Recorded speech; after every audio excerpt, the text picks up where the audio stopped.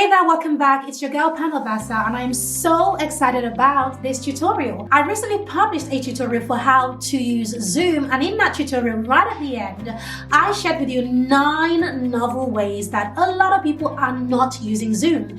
Generally, most people use Zoom for, one-on-one meetings, group meetings, but there are so many ways to use Zoom to really grow your business, such as live events or webinars, and even creating your online courses.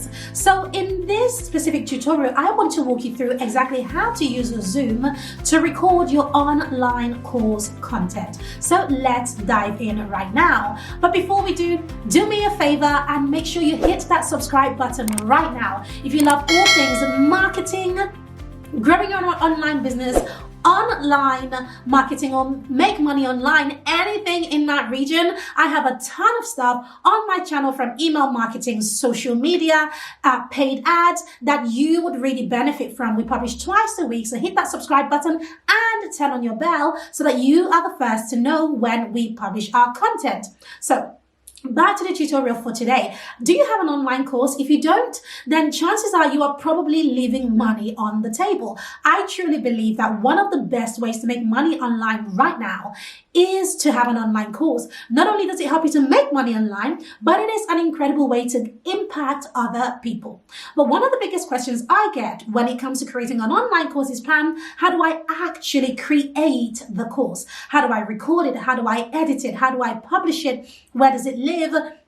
And there are so many tools to help you with this online, but today I'm teaching you Zoom because it is such a simple tool to use. And with Zoom, you can definitely record your online course, you can publish it, you can host it on Zoom if you want to. You might not want to host it on Zoom, but you can certainly record it on Zoom. There's very little that you cannot do when it comes to an online course and with Zoom. So let's dive into the Zoom platform. So when you're on the Zoom platform, the first thing you want to do is to sign up if you don't already have an account, because it is free. And to do that, you simply hit this orange button over here, and then you are going to put in all of the information to sign up. The first is your date of birth, and then you can go through that sign up process. It literally takes a couple of minutes. They will verify your email and you now have an account. But I have an account, so I'm going to click over here to sign in. Once you get inside your Zoom account, you want to just leave everything as it is. The first thing you want to do is go to host a meeting. So I like to host a meeting with my video off. So I'm going to click that, and then once it opens, I then make a decision whether to turn on my camera. So I'm going to click on open Zoom.us app over here, and it's going to open my screen so that the meeting can officially begin. Now, the way that my Zoom is set up is that it automatically begins to record the moment I begin to host a meeting. So I'm going to pause recording over here. I'm going to make sure that I'm unmuted. So if I click this, then I am muted. If I unclick it, then I'm unmuted. And as you can hear, I'm speaking. So this green color is going up and down, which means that my audio is transmitting perfectly. I can also hit this drop down, or rather this arrow over here, and select a different microphone. If I'm using my Blue Yeti, for example, I can select that if it's there. And also over here, I can then choose to turn on my camera. One of the keys that I will give you when it comes to presenting is to make sure that you are looking directly in the camera lens on your laptop or your computer, because it helps the people who you are speaking with to feel as if you are directly speaking with them.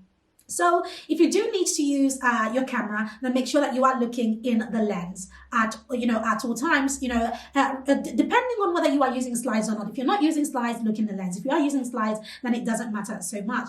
Right, so we're back over here. Now, when it comes to doing recording your online course, there are several ways of doing it. It could be yourself as a talking head, so it's literally just you talking, and you could record that using Zoom. However, I want to show you what it looks like if you have some slides and you want to do a presentation. So in order to use your slides, you want to come over here to this green button here that says share screen.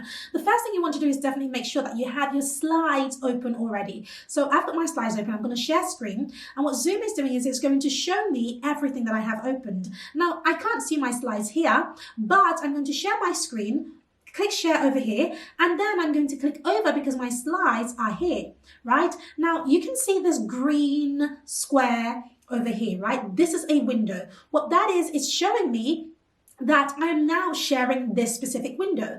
I've also noticed that I've stopped recording. So you want to make sure before you even dive into your presentation that you have hit the record button and that everything looks as good as you want it to. Right, so I've stopped my video. I'm going to click over here to more so that I can resume recording. So over here on more, I have lots of different options. The only option you need here is whether to begin your recording, resume your recording, or stop your recording. So I'm going to click on resume recording. And now you can see this red dot in this cloud over here shows that not only are you screen sharing, but you are also recording. So this is very important. Now, this is one of my presentations. I'm going to hit present over here so that it's bigger and it fills my screen, and then I can dive in.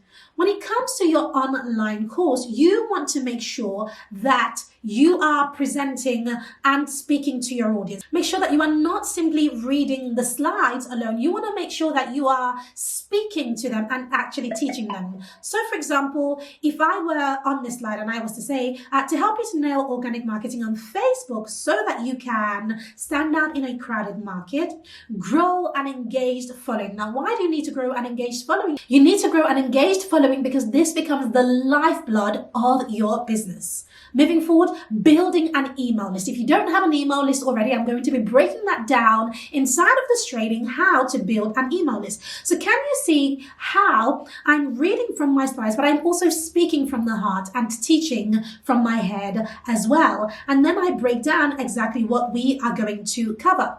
So one of the keys that I would definitely share with you when it comes to creating your slides is that you want to make it really, really visual. You want to, you want to set it up so that things animate in one by one. One of the biggest killers of creating an online course is to have so much information on one slide. Right? So then it looks like an essay on one slide. You don't want to do that. You want to have just one line on a slide. And if you have multiple lines, you want to set it so that it animates in one by one, just like this on your screen, because it allows your audience to truly focus and to follow through as you teach. So when you create your slides for your online course, you want to really make sure that you do not have information overload. Remember that when people buy your online course, they're not buying the course, they're buying you, right? They're buying your energy, they're buying your presentation skills, they're buying all of that goodness that you have stored up in here.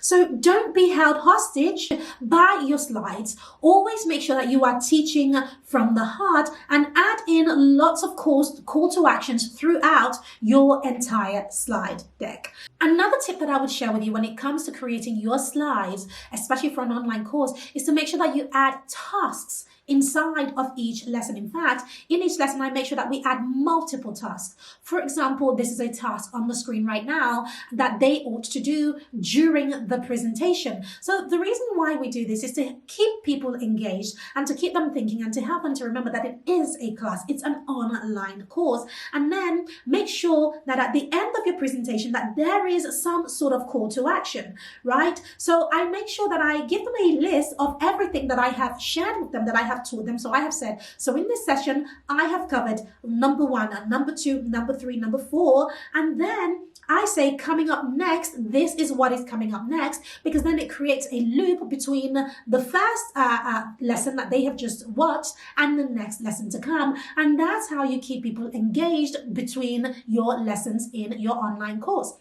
But I have been able to do this literally through Zoom, and it has been recording all this time. Now, once I finish recording, there's a few things that you can do whilst you're recording. You can pause the share, right? Or you can actually stop the share. So I'm going to click this red button to stop the share over here. Now, once I have stopped the share, I can see that this recording is still going on. You can either pause the recording, stop the recording, right? You can stop all the recording. I'm going to cancel over here, or you can just click this red button down here to end the meeting. Once you know that you're recording, you are done recording, you end the meeting. Another tip that I'll give you before I even end this meeting is to make sure that you record your course in snippets. Try to avoid recording an hour-long course or 5 hours a long course, think about your ideal clients. Chances are they're probably busy, right? So make sure that your lessons are short. You'd rather have more lessons, but they are short and bite-sized, than to have fewer lessons that are long and, people cannot even get through one because it is that long. So make sure you plan that ahead of time. But once you're done, you hit end over here, and you hit end meeting for all because you are the only one that was in that meeting. And then your meeting has ended. And then what you do is you come back over to Zoom,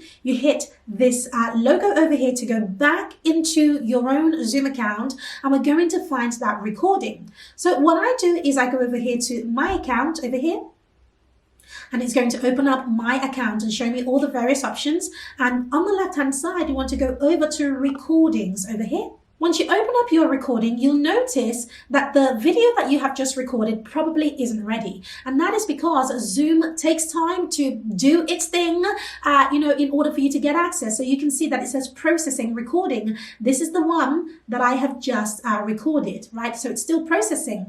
But once it's processed, you will have access like you do all of these meetings over here. But I was doing a recording earlier today, so let's open this one to see what it looks like once it is processed. So I'm going to open this so that we can take a quick look at my recording. It wasn't a course that I was recording, but it was another presentation that I was recording. So if we click that and we open it, you can see that I recorded only 20 seconds of that. So Zoom gives you different recordings. So it gave me speaker view and it gives me audio only. So if you want to grab the audio only version of your course, you simply click here to grab the link. So can you say the shareable link has been copied to the clipboard? Or if you want to download that, you can also click here to download, or you can click here to send it to the trash, to delete it. The speaker view is also here. The other thing you can do is you can also copy the link simply by clicking on here, right? You can also click here to delete it, or you can also click here to download both of these things. Now, if you want to view the actual video, you can just click play over here and it'll open in a separate window. And then you can actually watch and play your video directly from the Zoom platform once it loads. It's just very simple, right? You look at your recording and then you can download it, take it into a software such as Camtasia to edit if you want to. There are a few things that you can do within this platform. You can also speed it up over here. You can also click here to set the playback range. So let's imagine you had a portion of the video that possibly at the beginning, maybe you started your recording and, you're messing with your hair or messing with your makeup. And, perhaps you don't have time to edit in Camtasia or edit in any other platform. You can literally set the playback recording so that right here you can say that Zoom, I want you to start my playback at 9 minutes into the recording, and hit save over here. This saves you a ton of time. So for example, if you're recording this and you want to be able to send it out to your clients or to somebody immediately and you don't have time to edit, you might just set up the playback and then you have a shorter recording to send to them of only the best bits. So it's not quite editing, but it is editing. So you can see here, it says 9 seconds to 20 seconds because I've cut off the first 9 seconds. So these are some of the benefits. And then you can literally just share the link. So if I come back over here, you can grab the link and to share with your audience. So that's it. I hope you enjoy this tutorial. Like I said, if you are running an online course, this is a good time, a great time, in fact, to begin. It is an incredible way to add an additional source of income to yourself and to your business. So let me know in the comments what you thought about this and, any questions that you have. I'm happy to answer them. I answer all of the questions. Before you go, I want you to check out this tutorial where I walked you through all of Zoom and I shared with you 9 incredible novel ways that you can use Zoom to really maximize and scale your business. So make sure you check that out before you go. I thank you so much for watching. I hope you have subscribed and I look forward to seeing you in my next video. See you there.